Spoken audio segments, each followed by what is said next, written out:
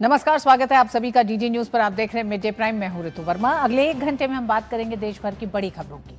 कर्नाटक के मुख्यमंत्री सिद्धारमैया 3 बजे राज्यपाल से मिलेंगे। कर्नाटक में सुबह से ब्रेकफास्ट टेबल से शुरू हुए घटनाक्रम बता रहे हैं कि कर्नाटक में नेतृत्व परिवर्तन के चेहरे पर औपचारिक मोहर बस बाकी है, यानी कि डीके शिव कुमार के समर्थकों के जश्न का वक्त आ गया है। बताएंगे क्या है अपडेट। साथ ही सीबीएसई ऑनलाइन मार्किंग विवाद से जुड़ी बड़ी खबर है। शिक्षा मंत्री ने सीबीएसई अधिकारियों के साथ बैठक की। धर्मेंद्र प्रधान ने जताया खेद इस पूरे मामले पे और कहा कि छात्रों का हित हमारी सर्वोच्च प्राथमिकता है। गड़बड़ी के जिम्मेदार लोगों पर होगी कड़ी कार्रवाई। इन तमाम खबरों को देखेंगे विस्तार से, लेकिन सबसे पहले शुरुआत करेंगे अभी तक की सुर्खियों के साथ। कर्नाटक में नेतृत्व परिवर्तन के अटकलों के बीच डीके शिव कुमार का नाम लगभग तय।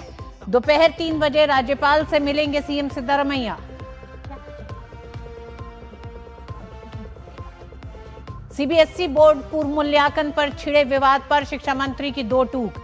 कहा जिम्मेदारों पर कड़ी कार्रवाई तय। सरकार के लिए छात्रों का हित सर्वोच्च प्राथमिकता।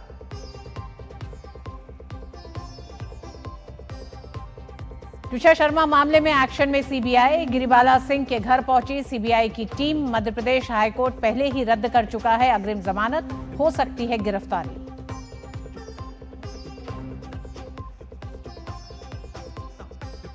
पश्चिम बंगाल में शुभेंदु सरकार पर भ्रष्टाचार पर लगातार एक्शन। टीएमसी की लक्ष्मी भंडार योजना का पर्दाफाश। महिला योजना में पुरुषों की एंट्री। 30 लाख फर्जी नामों का हुआ खुलासा।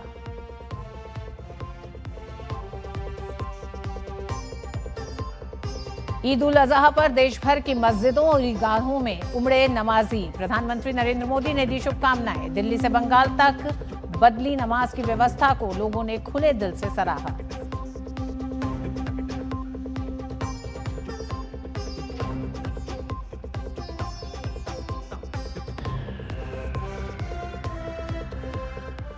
और कर्नाटक से ही बड़ी खबर आ रही है। कर्नाटक के मुख्यमंत्री दोपहर 3 बजे राज्यपाल से मिलने जाएंगे। लंबे समय से कर्नाटक में मुख्यमंत्री चेहरे के बदलाव को लेकर कांग्रेस के भीतर लगातार घमासान जारी था। सूत्रों के हवाले से सिद्धारमैया राज्यपाल से मिलकर अपना इस्तीफा सौंप सकते हैं। कर्नाटक के मुख्यमंत्री दोपहर 3 बजे राज्यपाल से मिलने जाएंगे।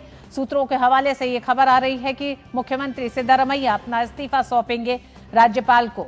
प्रियंक खड़गे उप मुख्यमंत्री के प्रबल दावेदार हैं। ये तमाम खबरें सूत्रों से लगातार आ रही हैं।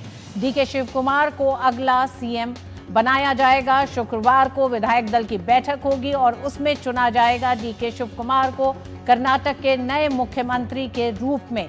ये तमाम खबरें सूत्रों से हैं, लेकिन लगातार जिस तरह से आज सुबह का घटनाक्रम रहा है, मुख्यमंत्री निवास पर सिद्धारमैया ने ब्रेकफास्ट पे सभी विधायकों को आमंत्रित किया और उस ब्रेकफास्ट के दौरान जिस तरह से गले मिले डीके शिव कुमार सिद्धारमैया के और पैर छुए, उसने उन तमाम कयासों को और जो अटकलें लगातार लगाई जा रही थी उस पे से पर्दा हटाते हुए ये बताया कि आने वाला मुख्यमंत्री का जो नया चेहरा होने जा रहे हैं डीके शिव कुमार। एक लंबे समय से यानी 3 साल पहले कर्नाटक में कांग्रेस की जीत के साथ ही कांग्रेस के भीतर एक फॉर्मूला तय हुआ, जिस फॉर्मूले में 2.5 साल के कार्यकाल का एक तरह से ये फॉर्मूला था जिस पर सिद्धारमैया को मुख्यमंत्री बनाया गया। हालांकि उस समय भी डीके शिव कुमार बड़े दावेदार के रूप में कर्नाटक के जनादेश के साथ उभरे थे, लेकिन 2.5 साल के इस फॉर्मूले पर आगे बढ़ते हुए हम देख रहे हैं पिछले कुछ समय से तकरीबन 1 साल से कांग्रेस के भीतर लगातार मुख्यमंत्री चेहरे के बदलाव को लेकर सेंटर से लेकर कर्नाटक तक बैठकों का दौर चला है। और अंतिम बैठक भी राहुल गांधी के साथ दोनों ही नेताओं की हुई दिल्ली में,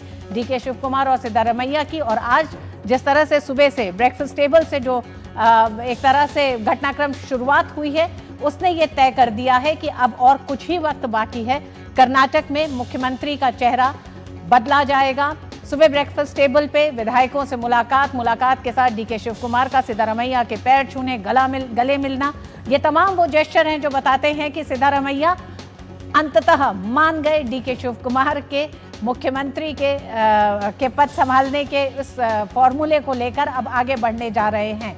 यानी कि दिल्ली से भी राहुल गांधी से इस तरह के उन्हें संकेत दिए गए हैं। और क्या आगे सिद्धारमैया राज्यसभा का रुख करेंगे और आगे किस तरह से कर्नाटक सरकार के आगे के क्या घटनाक्रम होंगे, इस पर भी सबकी नजर है। 3 बजे सिद्धारमैया राज्यपाल राजभवन पहुंचेंगे, राज्यपाल से मुलाकात करेंगे। सूत्रों के हवाले से यही बात हो रही है कि वो इस्तीफा देंगे और इसके बाद नए चेहरे पर कल शुक्रवार को विधायक दल के नेता में मोहर लगेगी। Chief Minister will resign at 3 o'clock. CM Siddaramaiah said we will make DK Shivkumar the new CM.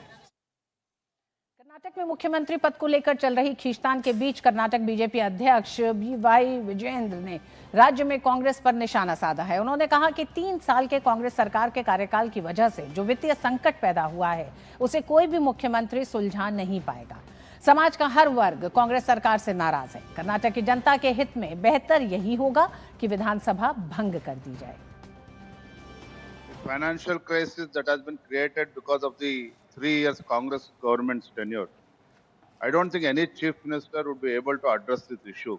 Where Karnataka is already in a financial distress. There is no development. Farmers are in great distress. Unemployment, youths are very unhappy with the Congress government. Only guarantee, Congress feels only guarantee, because of the guarantee they will survive. But the fact is, every section of the society, they are upset with this Congress government. So any chief minister replacing Siddaramaiah or even Siddaramaiah continues, I don't think Karnataka's interest will be protected. So in the interest of people of Karnataka, it's better to dissolve the assembly and head for the... और इस पूरे मामले पर ज्योति हमारे साथ जुड़ गए, हमारे साथी संवाददाता। ज्योति, जहां अभी तक का विवाद जो था वो कांग्रेस के भीतर की खींचतान थी, लेकिन मौजूदा बयान जो देखा जा रहा है बेंगलुरु बीजेपी अध्यक्ष का, कर्नाटक बीजेपी अध्यक्ष का, ये किसी नए विवाद की तरफ इशारा कर रहा है कि विधानसभा को ही भंग कर दिया जाए, क्योंकि जिस तरह से वित्तीय संकट कर्नाटक के सामने दिख रहा है सिद्धारमैया के 3 साल के दौर में, किसी भी मुख्यमंत्री के लिए अब कर्नाटक की सरकार को या कर्नाटक को इस संकट से उबारने का कोई रास्ता नहीं है।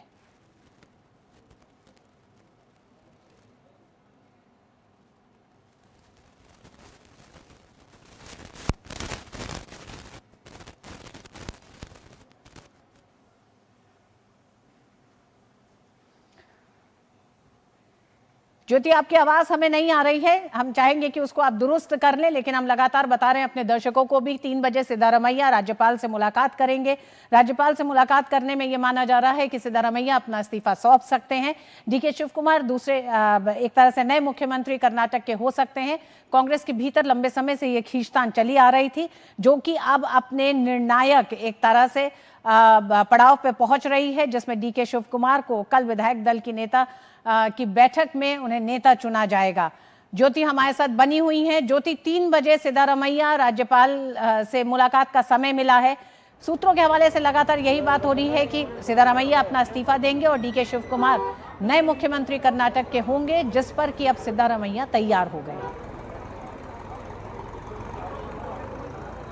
यस, ऑब्वियसली आज अभी सीएम ग्रुप में ही आया है कि 2:30 बजे सिद्धारमैया जी लोक भवन जाकर वहाँ पे इस्तीफा देकर आएंगे। वहाँ पे इस्तीफा उन्होंने वैसा मेंशन नहीं किए है, सो 2:30 बजे वो लोक भवन जाकर आएंगे। सो ऑब्वियसली वो इस्तीफा देने के लिए वहाँ पे जा रहे हैं। उसके बाद 3 बजे बहु महत्वपूर्ण प्रेस कॉन्फ्रेंस है उनका।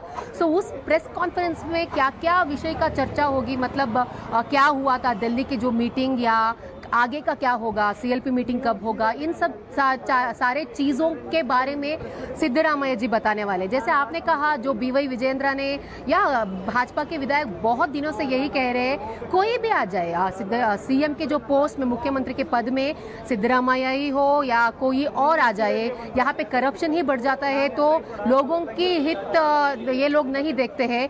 जो गारंटी कहकर वित्तीय इतना प्रॉब्लम हो चुका है यहाँ पे, गारंटी के नाम से ये सरकार चल रहा था, लेकिन उसी गारंटी की वजह से डिफिसिट हुआ था, फिस्कल डिफिसिट हुआ था।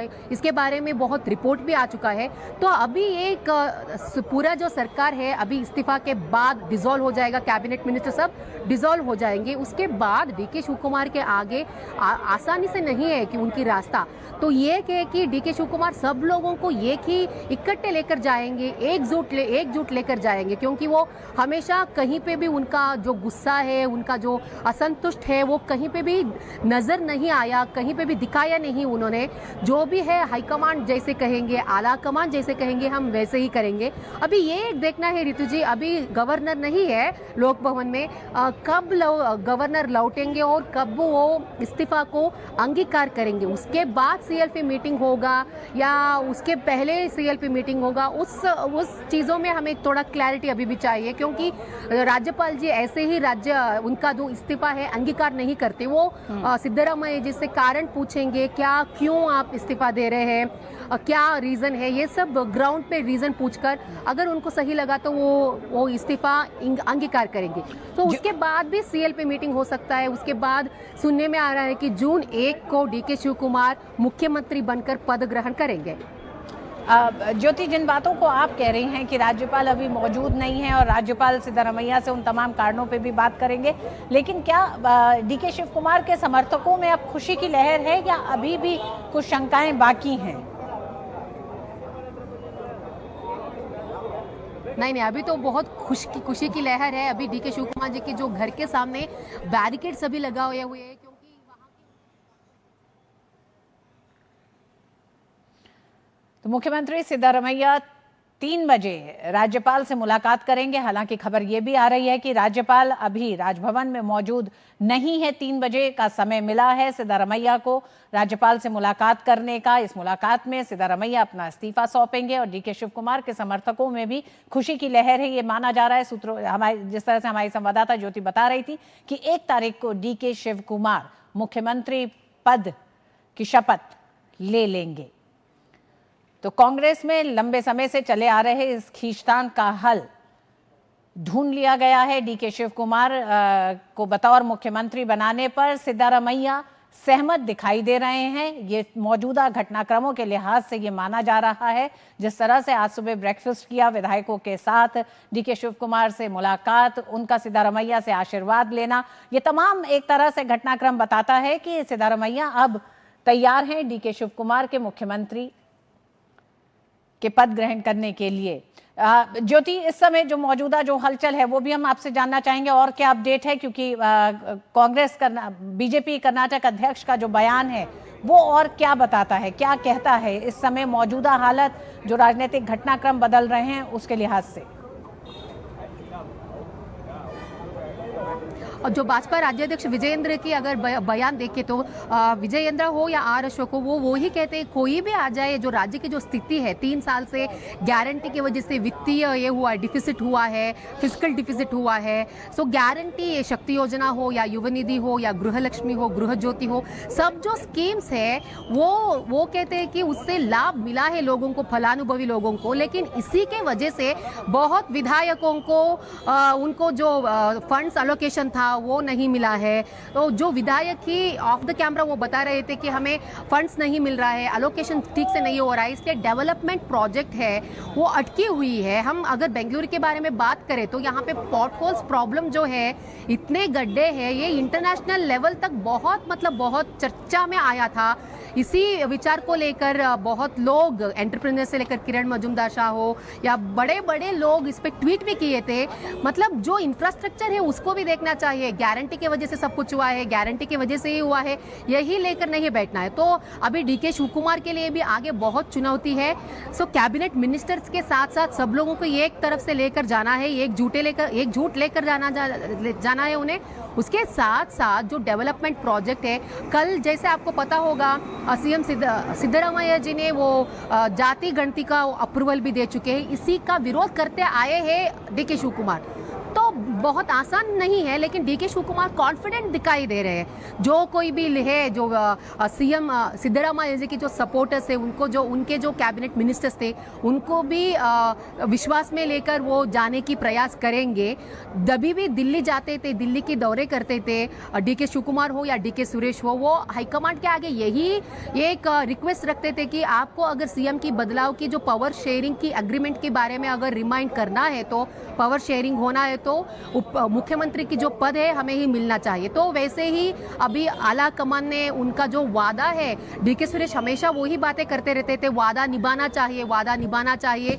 सिद्धरामैया हो या आला कमान हो, अभी वादा निभा चुके हैं। आगे जो डीके शिवकुमार ये इसको आगे लेकर जाएंगे सियासत को, सब लोगों को एकजुट लेकर जाना चाहिए और उसके साथ साथ जो राज्य की जो भी अभिवृद्धि विचार है, क्योंकि 2 ही साल बचे हैं, तो अभिवृद्धि के विचार है सब तरह से, सब एंगल से उन्हें सोचकर इस सरकार को चलाना चाहिए। जी ऋतु जी, ज्योति, हमने देखा कि लंबे समय तक मुख्यमंत्री सिद्धरामैया अपनी कुर्सी को छोड़ना नहीं चाह रहे थे, जिसके कारण कर्नाटक से लेकर दिल्ली तक की बैठकें हुई और अंततः राहुल गांधी के साथ की हालिया बैठक के बाद सिद्धरामैया तैयार हुए।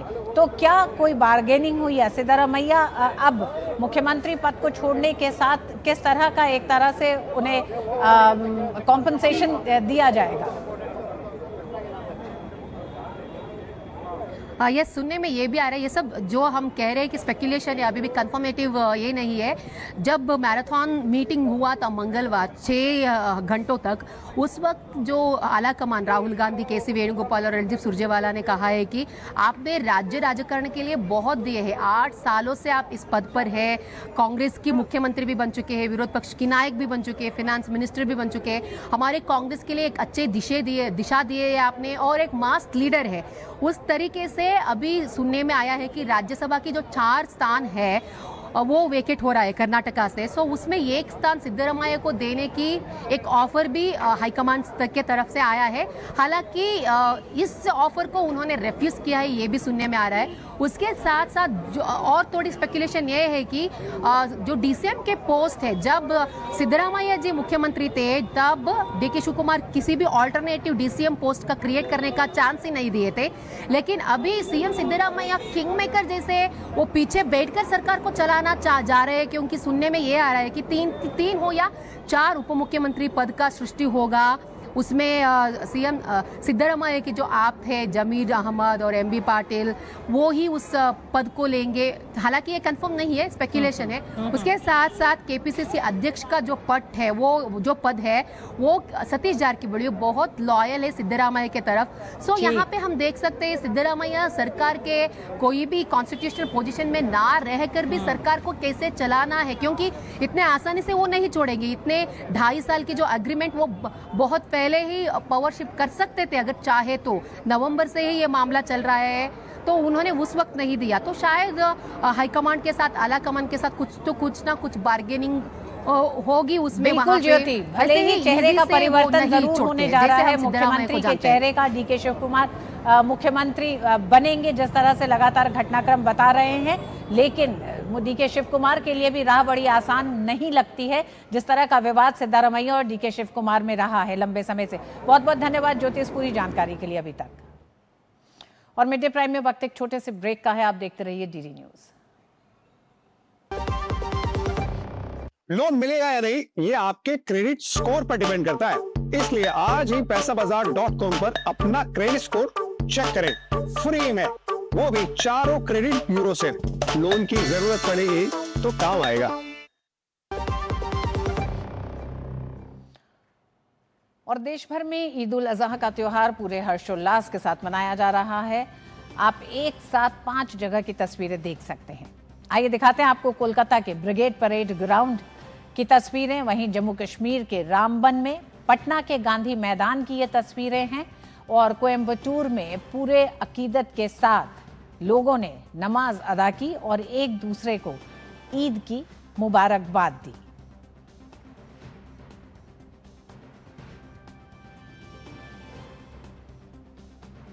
तो ईद उल अजहा की ये तस्वीरें हैं, आपको दिखाई दे रहे हैं। लोगों में उत्साह है ईद की मुबारकबाद देते हुए। तमाम शहरों से आप इन तस्वीरों को देख रहे हैं। कोलकाता का ब्रिगेड परेड ग्राउंड है, जहां इस बार शुभेंदु सरकार ने ईद के इस मौके पर कोलकाता के इस ब्रिगेड ग्राउंड में ही सभी को ईद की नमाज अदा करने के लिए कहा था, यानी कि सड़कों पर जगह जगह नमाज अदा न की जाए, किसी एक जगह एकत्रित होकर नमाज की जाए, इस तरह के निर्देश थे कोलकाता में। और इसी तरह के निर्देश तमाम और जगह भी थी। और ये तस्वीरें जो आप देख रहे हैं ये अलग अलग जगहों से देख रहे हैं, बिहार, कोलकाता, कोयम्बटूर और रामबन में पश्चिम बंगाल में सत्ता परिवर्तन के बाद कानून व्यवस्था और सार्वजनिक व्यवस्था को लेकर मुख्यमंत्री शुभेंदु अधिकारी के नेतृत्व वाली भाजपा सरकार पूरी तरह से एक्शन में है। राज्य सरकार द्वारा सड़कों पर नमाज बंद करने के नीतिगत फैसले की शुरुआती आलोचना करने वाले लोग भी अब प्रशासनिक मुस्तैदी और उत्कृष्ट व्यवस्था को देखकर राज्य सरकार की जमकर सराहना कर रहे हैं। इस बार राज्य प्रशासन की तरफ से नमाजियों के लिए पानी और वाहन पार्किंग की व्यवस्था को देखकर ब्रिगेड ग्राउंड में नमाज पढ़ने आए लोग काफी खुश नजर आए। उन्होंने नमाज के लिए ऐसा माहौल उपलब्ध कराने और मुख्यमंत्री शुभेंदु अधिकारी का आभार व्यक्त किया। मेरे पीछे है रेड रोड, हर साल यहीं पर नमाज पढ़ा जाता था, लेकिन इस साल अलग है। इस साल भाजपा की सरकार आई है बंगाल में और रास्ते के बदले में ये जो ब्रिगेड पैरेड ग्राउंड है यहाँ पर नमाज पढ़ने का व्यवस्था किया गया है मुख्यमंत्री शुभेंदु अधिकारी की सरकार की तरफ से। और जो नमाजी हैं इस व्यवस्था से वो काफ़ी खुश हैं। वो कह रहे हैं कि पहले रास्ते पर जब वो नमाज पढ़ते थे तो वहाँ गर्मी लगता था, रास्ते में दिक्कत होता था, लेकिन अभी यहाँ पर मैदान में जो वो नमाज पढ़ रहे हैं इससे उनको काफ़ी अच्छा लग रहा है और वो चाहते हैं कि हर साल ये ब्रिगेड पैरेड ग्राउंड में मैदान में ही उनको नमाज पढ़ा दिया जाए। वो यही नमाज पढ़ना चाहते हैं। वो कहते हैं ये परिवर्तन भी उनको काफ़ी रास आई, वो इस परिवर्तन से खुश है। कैमरा पर्सन सौरभ के साथ सौरभ दत्ता का रिपोर्ट, GD न्यूज़, कलकत्ता। पहली बार नमाज पढ़ रहे, अच्छा लग रहा, सेपरेट है, कोई माने परेशानी नहीं हो रहा है, सब अपना सेपरेट पढ़ रहा है। पार्किंग वाकिंग सब सही है, कोई झमेला नहीं। अच्छा सरकार, अच्छा माने हमारे CM ने अच्छा की है सेपरेट पूरा करके। ये भी अच्छा जगह ब्रिगेड परेड का तो एक कलकत्ता का प्राइड जगह है। यहाँ पर बड़ा बड़ा मीटिंग होता है, यहाँ पर बड़ा बड़ा ये हर तरह का मतलब पॉलिटिकल ये भी होता है। इसका एक पहचान अलग है और हम लोग शुक्रिया अदा करते हैं आर्मी डिपार्टमेंट का, पुलिस डिपार्टमेंट का, बंगाल का सरकार का कि हम लोग को रास्ता छोड़ के ये अल्टरनेट हम लोग को इसी जगह में प्रोवाइड किया है। ये बड़ी बात है। शुभेंदु अधिकारी धन्यवाद है। फर्स्ट टाइम ये 110% सक्सेसफुल हुआ है और इंशाल्लाह आगे हम लोग ऐसे ही कानून का पालन करेंगे और इसी तरीके से नमाज अदा करा करेंगे। पश्चिम बंगाल की अभी हुकूमत ने जो हमें नवाजा है एक ब्रिगेड मैदान, किसी जाति किसी भेदभाव को हमने इस बार रुकावट नहीं दिया। गाड़ी पार्किंग से लेकर जो भी लाखों के तादाद में लोग आए हैं, एक तरफ पार्किंग व्यवस्था, एक तरफ से आने का जगह, दूसरी तरफ से जाने का जगह। माशाल्लाह काफ़ी शुक्रगुजार हैं हम पश्चिम बंगाल के हुकूमत, जो बीजेपी हुकूमत आए हैं। खाली मैदान में नमाज पढ़ना अच्छा लगा और रोड पे बहुत गर्म लगता था, इसमें अच्छा लगा खूब बार। हाँ बहुत अच्छा लगा हम लोग को यहाँ पे पढ़ कर, बहुत सुकून, बहुत इत्मीनान मिला, किसी को कोई तकलीफ नहीं हुआ। सरकार ने भी चाहा जैसे चाहा कि मैदान में आ जाए, हम लोग ने भी चाहा ठीक है, बहुत अच्छी बात है कि मैदान में आ जाए हम लोग। पश्चिम बंगाल में हमारा जो नया सरकार बना है और हमारे मुख्यमंत्री जो शुभेंदु अधिकारी है, मैं उनका तहे दिल से शुक्रिया अदा करना चाहता हूँ कि हम लोगों को रोड में जो नमाज होती थी उस रोड को नमाज को ला करके मैदान में किया गया है। और सबसे अच्छी बात मैं यहाँ के पुलिस और यहाँ के मिलिट्री है उनका तहे दिल से शुक्रिया अदा करना चाहता हूँ। और कोलकाता से ही हमारे साथी संवाददाता सौरभ दत्ता इस खबर पर जुड़ गए हैं। हमने देखा दिल्ली से बंगाल तक नमाज की व्यवस्था को लेकर जो बदलाव किए गए हैं उसकी लगातार सराहना कर रहे हैं तमाम लोग।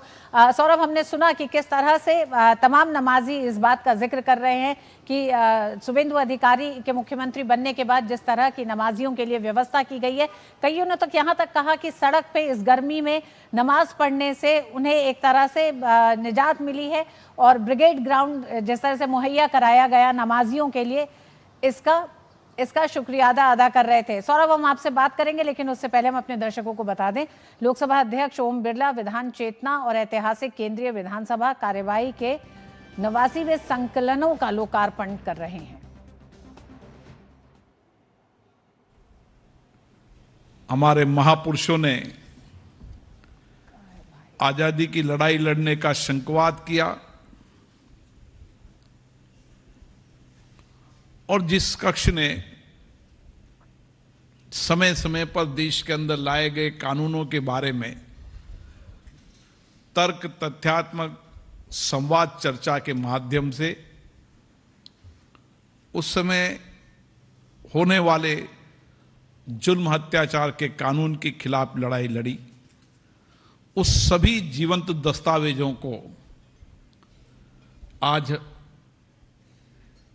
इस विधानसभा के अध्यक्ष माननीय विजेंद्र गुप्ता जी ने उनका सबका संकलन कर 1924 से लेकर 1930 तक की उन कार्रवाइयों को 79 खंडों के अंदर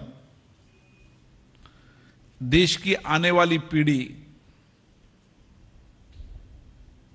देश के अंदर लोकतांत्रिक संस्थाएं किस तरीके से उस शासन के समय भी, जब देश में अंग्रेजों का शासन था, संसद और विधानसभा की गरिमा रहती थी। और मैं आदरपूर्ण स्मरण करना चाहता हूं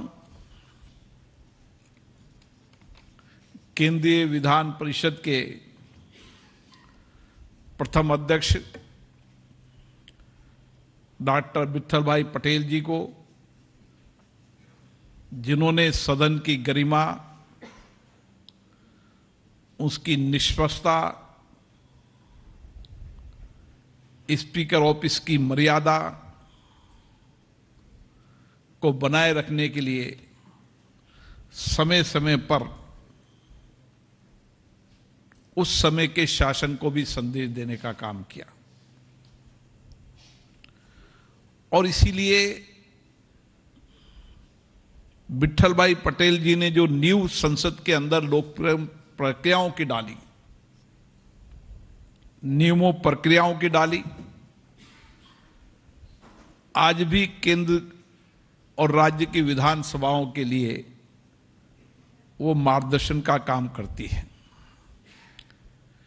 इसलिए विधानसभाओं, लोकसभा के अंदर सदन की महत्ता, गरिमा, उसके नियम, उसके कानून, उनकी परंपराएं और समय समय पर अध्यक्ष ने दिए हुए निर्देश, समय समय पर अध्यक्ष के दिए हुए आदेश लोकतंत्र की संस्थाओं के लिए प्रेरणादायी है। और उनका योगदान पीढ़ियों तक भारत के जन जन याद रखेगा। और दिल्ली विधानसभा को लोकसभा अध्यक्ष ओम बिरला ने संबोधित किया। लोकसभा अध्यक्ष ओम बिरला विधान चेतना और ऐतिहासिक केंद्रीय विधानसभा कार्रवाई के 89वें संकलनों का लोकार्पण भी किया। और आइए बढ़ते हैं अगली खबर की तरफ। हम लगातार बात कर रहे थे कि किस तरह से कलकत्ता से लेकर देश के अलग अलग हिस्सों से हमने वो तस्वीरें आपको दिखाई कि ईद उल अजहा पे किस तरह से नमाजियों ने नमाज अदा की है। उसी पर कोलकाता से हमारे साथी संवाददाता सौरभ दत्ता भी जुड़ गए हैं। सौरभ, हमने देखा कि कोलकाता में जिस तरह से नमाजियों के बीच एक खुशी थी, शुवेंदु अधिकारी बतौर मुख्यमंत्री एक तरह से पहला ये त्यौहार पड़ा और इस त्यौहार को लेकर नमाजियों के लिए जो व्यवस्था की गई उसका शुक्रिया अदा कर रहे थे। क्या बदलाव बड़ा किया गया आज के दिन के लिए, खासकर इस त्यौहार के लिए? रितु जी, देखिए 127 साल में जो नहीं हुआ वो भाजपा की सरकार 25 दिनों में कर दिखाया।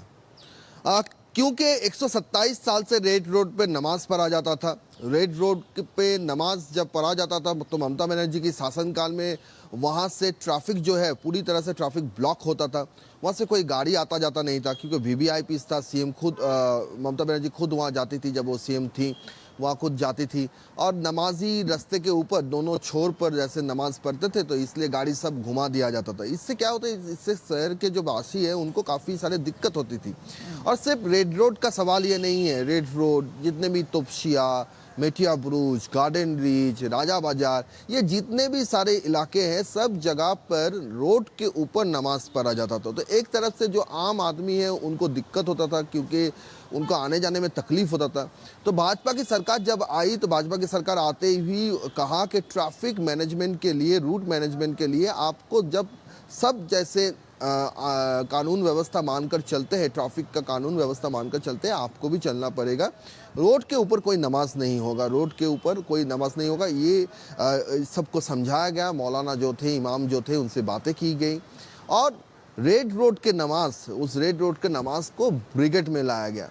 अब ब्रिगेड में आप अगर पॉलिटिकल रैली भी होती है, ब्रिगेड में अगर कोई प्रोग्राम होता है तो उसमें आर्मी का अनुमति ज़रूरी होता है, क्योंकि ये मैदान आर्मी की देखरेख में है। तो उनसे वो परमिशन मिला और रेड रोड में जो व्यवस्था किया गया है, एक तरीके से पार्किंग की जो व्यवस्था, वहाँ पे जो जगह था वहाँ पे एक स्टेज किया गया। स्टेज करने से बाद जो लोग बैठेंगे उसमें बैरिकेड किया गया। बैरिकेड से उनको बैठने का, उनको नमाज जो मैदान के ऊपर वो बैठ के नमाज कर सके, नमाज अदा कर सके, इसके लिए वहाँ पर जो व्यवस्थाएं थी वो चादर वो सब बिछाए गए ताकि उनको कोई तकलीफ ना हो। उनका अच्छा पानी का भी व्यवस्था था, पार्किंग का भी व्यवस्था था। और पूरे व्यवस्था को देखकर सबका कहना है कि जैसे एक चारों तरफ एक हरियाली के बीच में वो जैसे नमाज अदा कर पाए, आज बकरीद के नमाज वो अदा कर पाए, इससे वो सारे खुश हैं।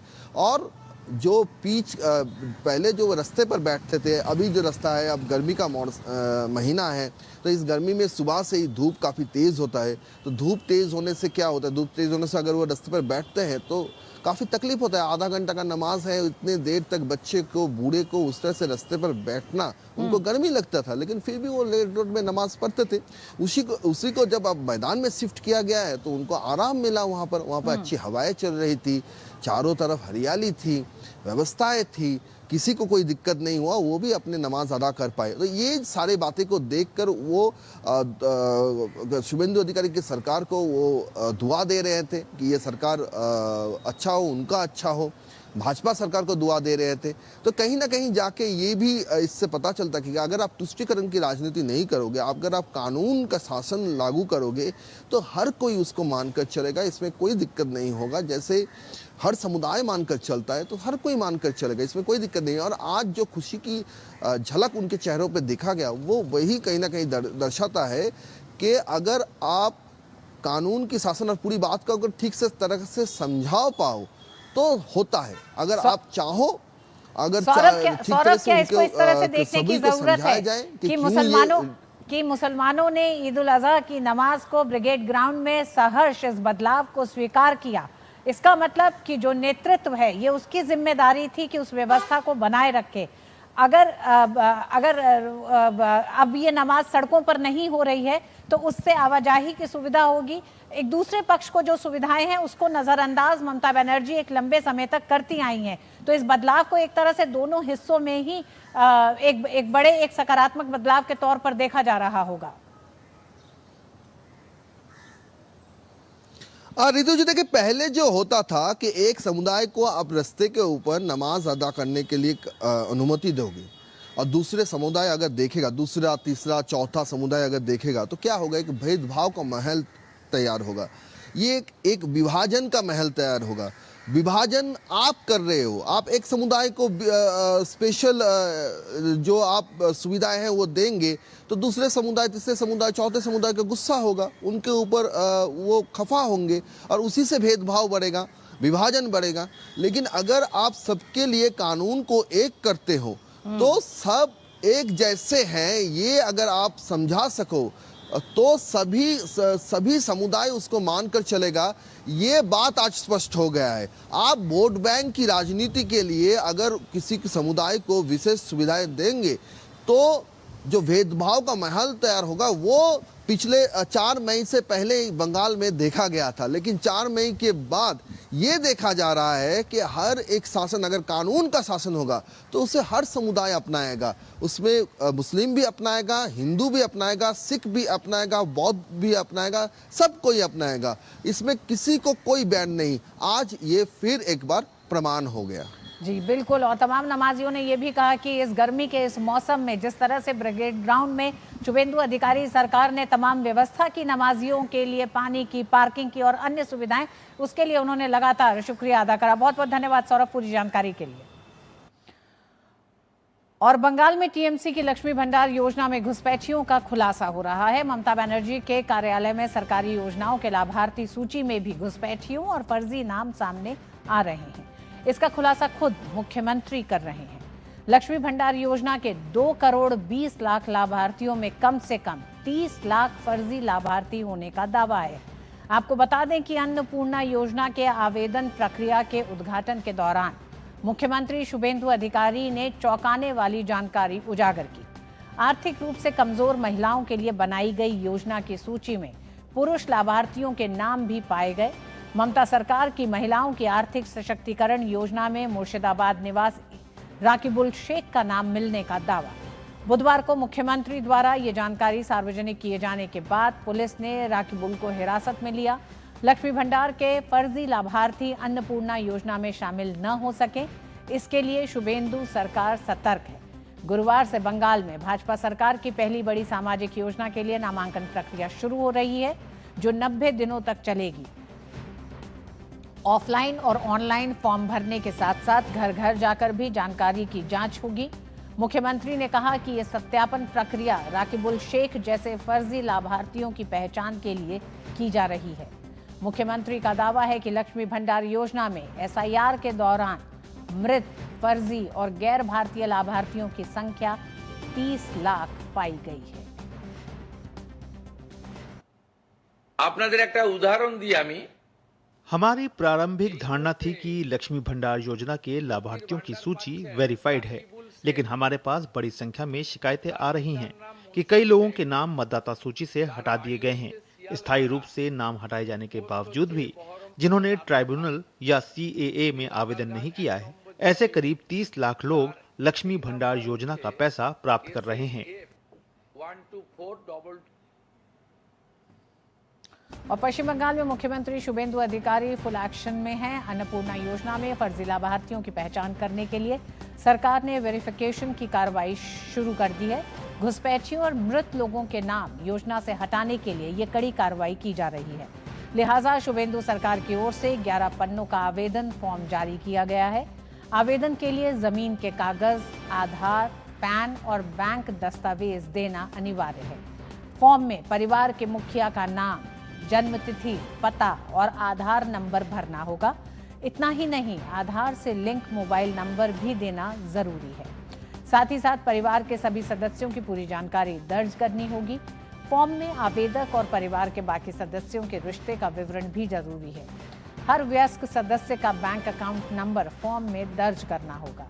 सरकार ने वोटर कार्ड नंबर, विधानसभा और पार्ट नंबर भी मांगा है। पक्का मकान है या नहीं, इसकी जानकारी भी जरूरी है। आपके पास कितनी जमीन है, ये दस्तावेज भी जमा करवाना होगा।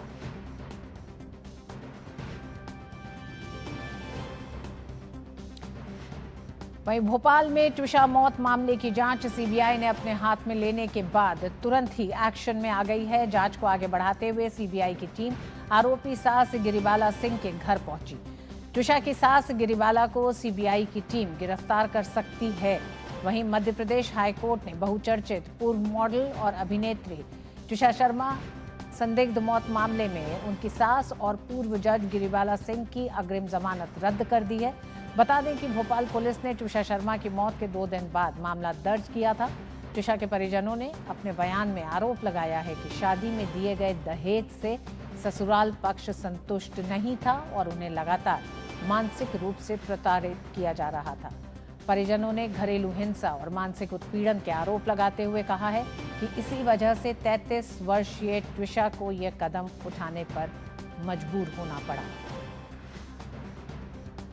सीबीआई की टीम गिरिबाला को गिरफ्तार कर सकती है, इस तरह के भी सूत्रों के हवाले से तमाम खबर आ रही है। आदित्य श्रीवास्तव हमारे साथ इस खबर पर जुड़ गए हैं।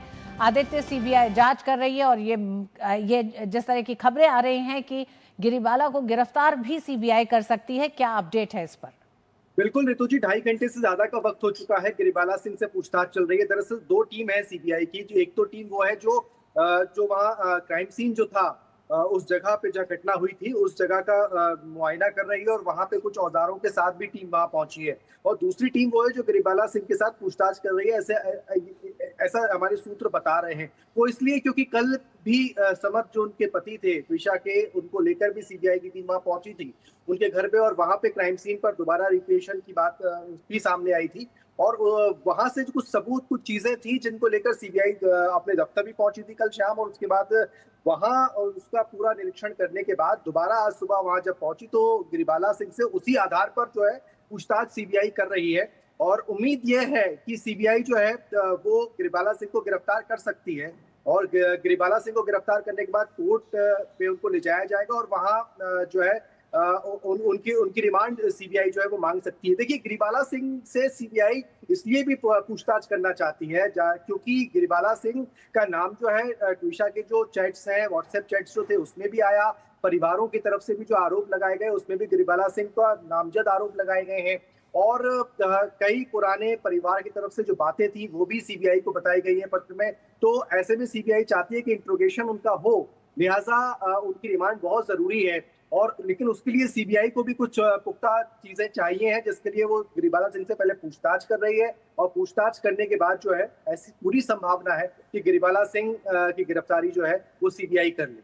आदित्य, ये भी जानना चाहेंगे और अपने दर्शकों को भी हम चाहेंगे कि आप अगर इस पे थोड़ा सा और विस्तार से बात कर सके कि किस तरह से इस ट्विषा मामले में शुरुआती तौर पे जिस तरह की जांच और पूछताछ हो रही थी उसमें क्या ढिलाई बरती गई, और जब से सीबीआई के हाथ ये पूरा मामला गया है उसके बाद से रफ्तार आई है, उसके बाद से जिस तरह से पूछताछ बढ़ी है, और इस समय सीबीआई की 2 टीमें जो इस समय पूछताछ कर रही हैं, इसीलिए इस पूछताछ में आखिर क्या सामने आया है कि गिरिबाला की गिरफ्तारी भी हो सकती है, क्योंकि रसूखदार परिवार और हैसियत रखने वाले लोगों के लिए कानून के साथ खिलवाड़ कहें या कानून को उस सख्ती से न मानना, किस तरह से इस पूरे केस ने इन बातों को एक तरह से सामने रखा है।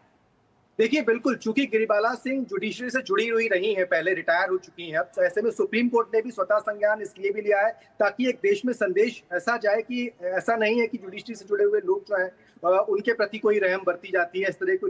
इसीलिए ये पहली बार संभवतः हो रहा है कि देश की 3 अदालतों में, आप सोचिए, सुप्रीम कोर्ट, हाई कोर्ट और जिला अदालत, तीनों जगहों पर बराबरी से इस पर सुनवाई हुई है। और भोपाल में कोर्ट ने जिस तरीके से गिरिबाला सिंह को शुरुआती दौर में जमानत याचिका की स्वीकार कर ली गई थी, उस पर भी जब हाईकोर्ट में जरह हो रही थी कल, तो उन्होंने कहा कि कई तथ्यों को जो है वो हाईकोर्ट ने, जो जिला अदालत ने उसको नहीं देखा है, कई सबूतों को जिला अदालत ने नहीं देखा है, जिस वजह से जिन पर जरूरी है उन पर विचार करना, उनको देखना, ऐसे में उनकी जो जमानत याचिका थी उसको हाईकोर्ट ने खारिज की है।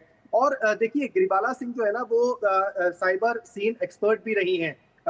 लोगों को ऐसा लगता है, उनके परिवार को ऐसा लगता है कि हो सकता है कि वो कुछ सबूतों को छुपाने में, सबूतों को नष्ट करने में भी उनका योगदान हो सकता है, या उस समय जब ये घटना घटी हो तब गिरिबाला सिंह ने ऐसा कुछ कृत्य किए हो, तो ये शक भी परिवार को है। और इसी वजह से जो है वो परिवार ने सीबीआई की मांग भी की थी। हालांकि सीबीआई को ये केस जब से हैंडओवर हुआ है, जब से लगातार सीबीआई ने अपनी जांच को तेज किया है, लेकिन देखिए, बहुत सारे तथ्य हैं अभी जिन पर जांच होना बाकी है। अभी तो समर सिंह को रिमांड पे लिया गया है, गिरिबाला सिंह पर परिवार लगातार मांग कर रहा था कि गिरिबाला सिंह भी एक उसमें आरोपी हैं, उनको भी अब सीबीआई चाह रही है कि रिमांड पर ले, और फिर समर से और परिवार तो गिरिबाला सिंह दोनों को साथ बिठाकर भी सीबीआई पूछताछ कल सीबीआई ने की है, ऐसे ही हमारे सूत्र बता रहे हैं। और उसके साथ साथ जो उस सीसीटीवी फुटेज है, उस सीसीटीवी फुटेज में कई ऐसे लोग हैं जो और भी उस ड्यूरेशन में, यानी कि जब ट्विषा छत पर गई और छत पे जाने के बाद जब उसकी बॉडी को नीचे लाया गया,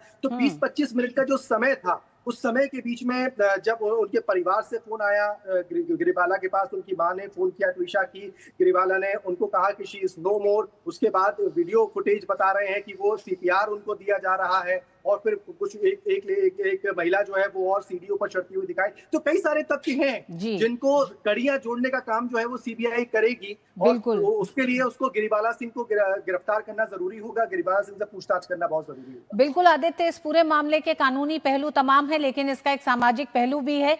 21वीं सदी के इस भारत में जब हम महिलाओं को हर क्षेत्र में बराबरी के दर्जे की बात करते हैं, ऐसे में अगर दहेज के प्रताड़ना को लेकर अगर कोई महिला इस तरह घिरती है कि वो आत्महत्या करती है, जो फौरी तौर पर जो दिख रहा है, लेकिन ट्विशा के घर वालों का कहना है कि ये उकसाया हुआ है और इस आत्महत्या को लेकर भी कई तरह के सवाल उठ रहे हैं। तो समाज पर भी कई तरह के सवाल उठते हैं कि किस तरह से दहेज की इस प्रथा को ढबे ठुके तरीके से हम आज भी बढ़ाते हैं। न लड़की के माँ बाप सजग हो रहे हैं, न लड़के के माँ बाप को शर्म आती है। आज भी ये जारी है समाज में।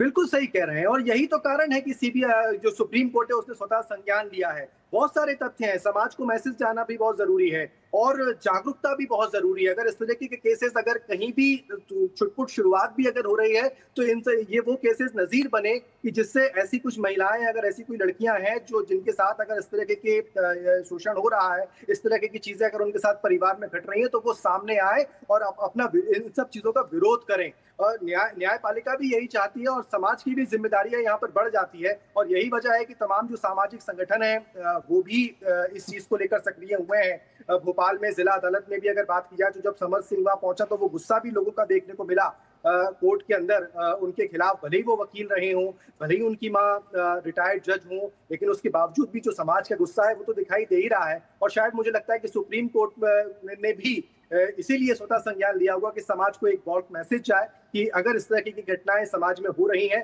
तो वो खुलकर मुखर होकर सामने आए, ताकि जो कल्पित लोग हैं या जो इस तरह के कृत्य करने वाले लोग हैं उनको कड़ी से कड़ी सजा मिले। और देखिए जो जांच है, सीबीआई भी यही चाहती है, न्यायपालिका भी यही चाहती है कि कठोर से कठोर कार्रवाई इसमें हो, जो भी दोषी हो, लिहाजा एक समाज को एक संदेश भी जाए।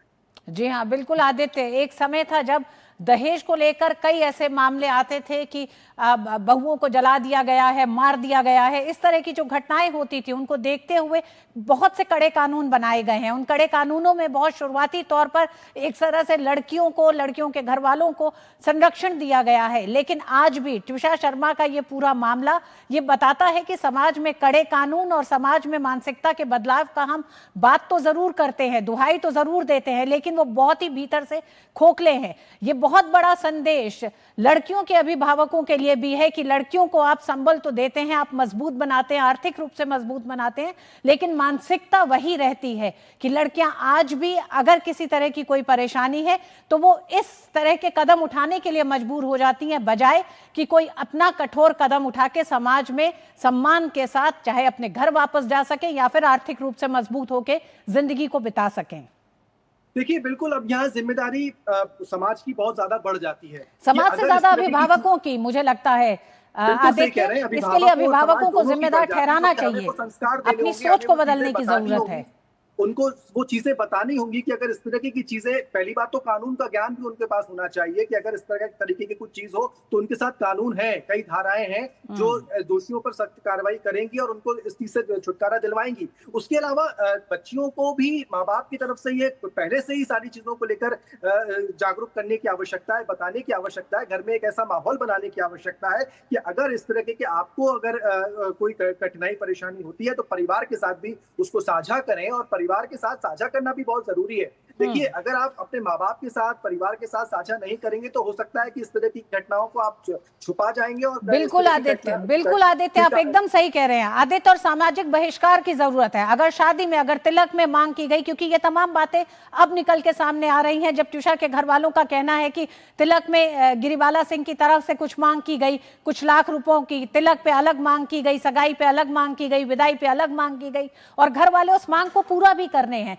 मेरा ये मानना है, हमें ऐसा लगता है कि जो समाज की जिस स्थिति पे आज की तारीख में इस तरह की घटनाएं और दहेज जैसी कुरीति को लेकर जिस तरह से दबी छुपी जबान में भी ये बढ़ रहा है, उसमें सामाजिक बहिष्कार की जरूरत है। ऐसी शादियों की बहिष्कार करने की जरूरत है अगर लोग जागरूक हैं तो।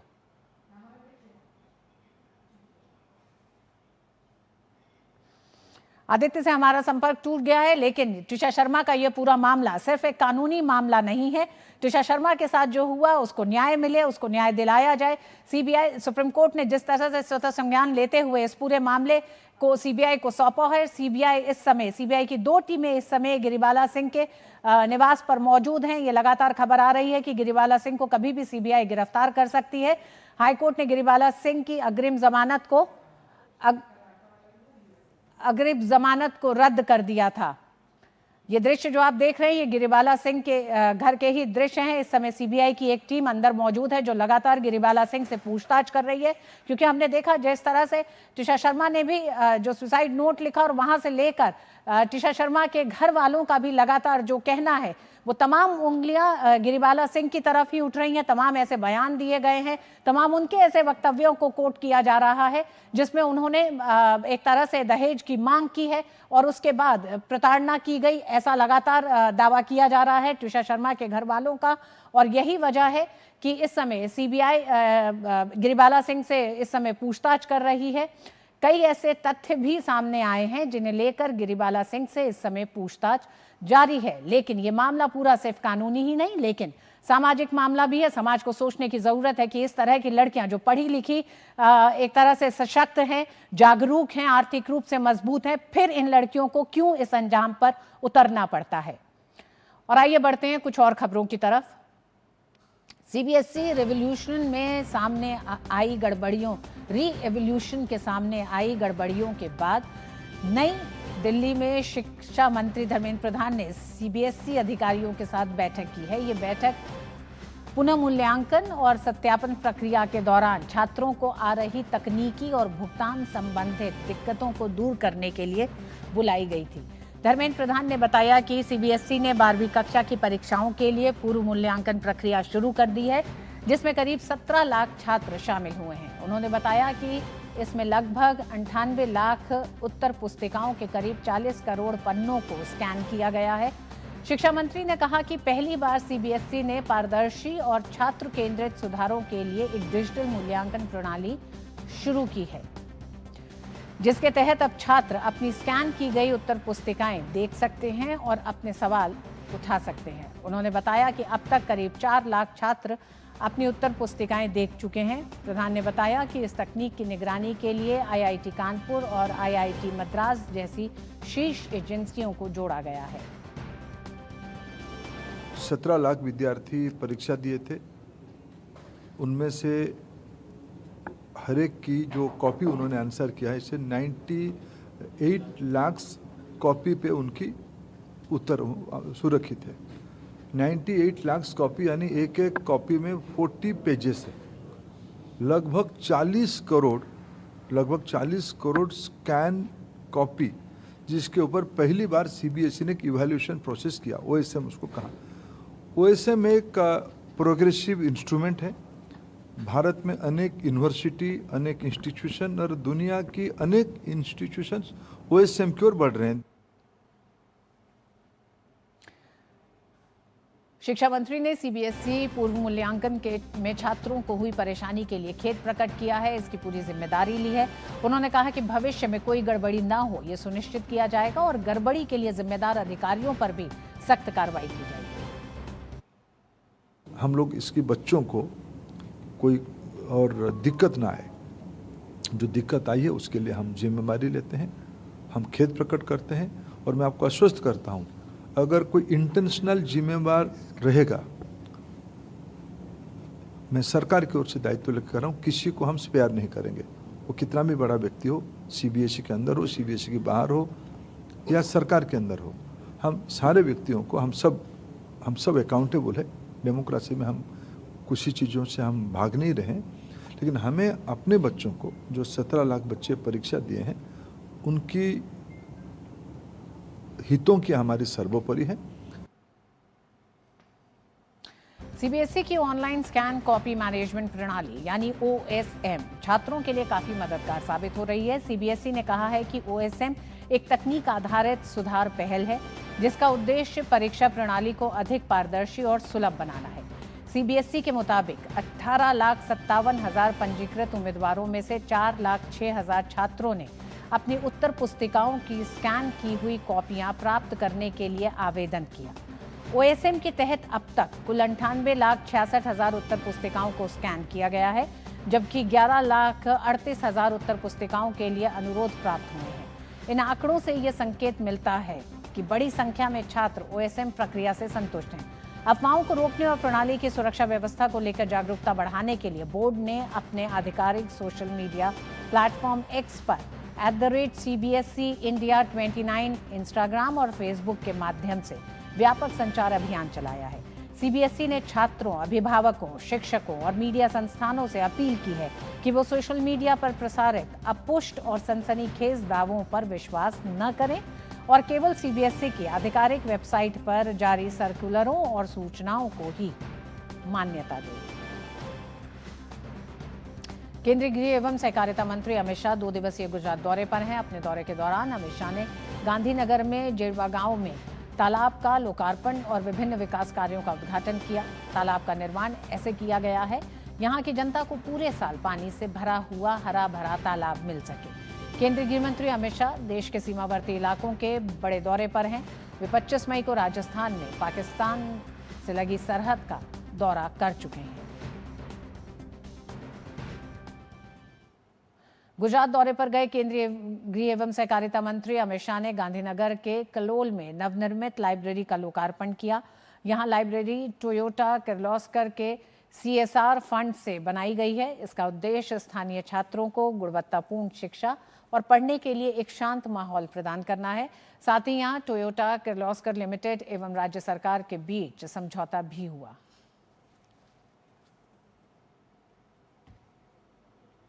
और इसी के साथ मिड डे प्राइम में बस इतना ही। मुझे दीजिए अनुमति। DG न्यूज पे खबरें जारी रहेंगी। नमस्कार।